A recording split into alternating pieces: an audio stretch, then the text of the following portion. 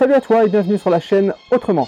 Alors dans cette vidéo, je vais te montrer comment je vais faire l'entretien des tours verticales pour ma culture en aquaponie que j'ai réalisée moi-même il y a quelques temps.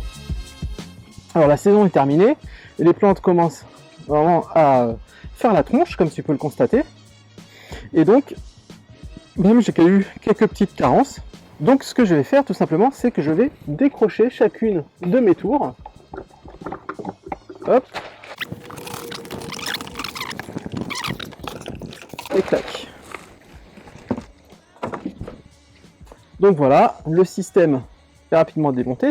J'en profitais pour démonter mon arrivée d'eau dans mes tours et la nettoyer parce qu'elle s'est bien encrassée.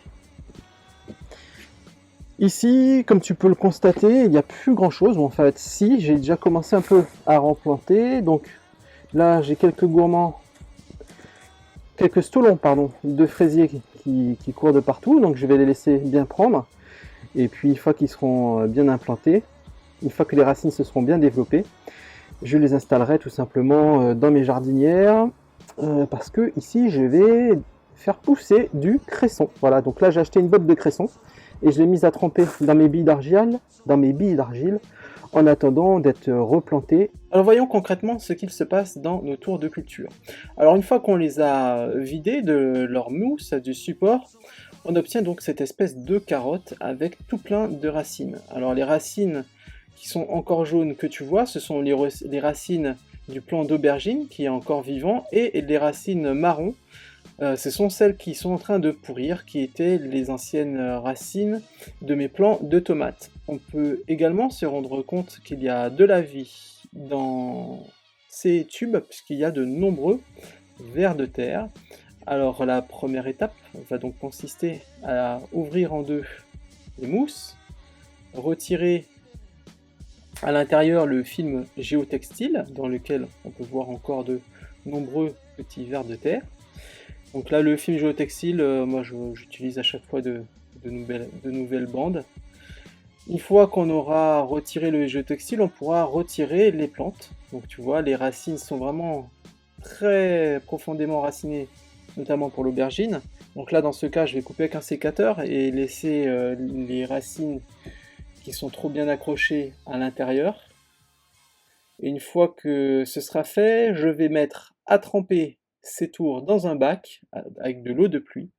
Je vais en récupérer les eaux souillées et les boues et je vais oxygéner toute cette mixture, ce qui me donnera un super engrais, un engrais surpuissant, une véritable potion magique. C'est le sujet de la précédente vidéo, tu trouveras un lien directement dans le descriptif.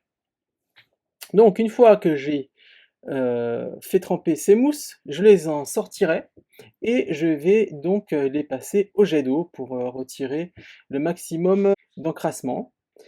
Ensuite, je vais les faire sécher sur une corde à linge au-dessus de mes cultures. Une fois que tout sera bien sec, au vent, je pourrai à nouveau lancer une culture. Alors là, je ne compte pas tout de suite me lancer dans une culture de tour verticale, car tout simplement, après réflexion, les tours de culture ont un filet d'eau qui est en contact avec l'air, et comme là on rentre en période froide, cela va, je pense, fortement accélérer le refroidissement de mon eau.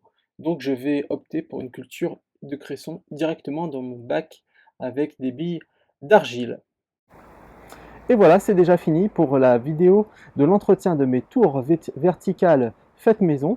Si toi aussi tu es intéressé par la fabrication de ces tours, j'ai réalisé un tutoriel pour visualiser cette vidéo qui est en accès privé. Tu as un lien dans le descriptif, il te suffit de cliquer dessus, de me mettre ton adresse email et je t'enverrai tout ça directement dans ta messagerie. Je te dis à très bientôt et n'oublie pas, la résilience est la clé vers la liberté. Ciao!